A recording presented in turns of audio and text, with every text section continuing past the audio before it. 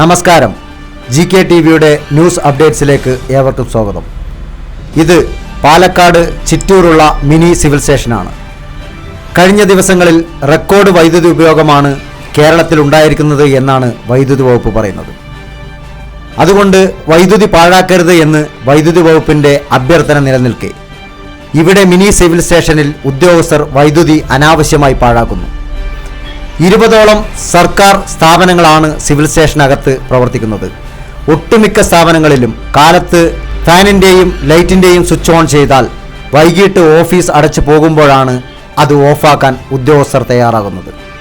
മിക്ക ഓഫീസുകളിലും ഉച്ചഭക്ഷണ സമയത്ത് ആളില്ലെങ്കിലും ഫാനും ലൈറ്റും പ്രവർത്തിക്കുന്ന ദൃശ്യങ്ങളാണ് നിങ്ങളിപ്പോൾ കാണുന്നത്.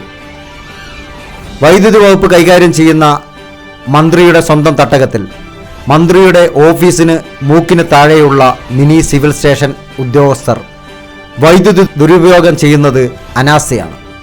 ഈ ദുരുപയോഗത്തിന് അടയ്ക്കേണ്ടി വരുന്ന വൈദ്യുതി ചാർജ് പാവപ്പെട്ടവൻ്റെ നികുതിയാണ് എന്നുള്ളത് ഇവിടുത്തെ ഉദ്യോഗസ്ഥർ മറന്നു പോവുകയാണ്.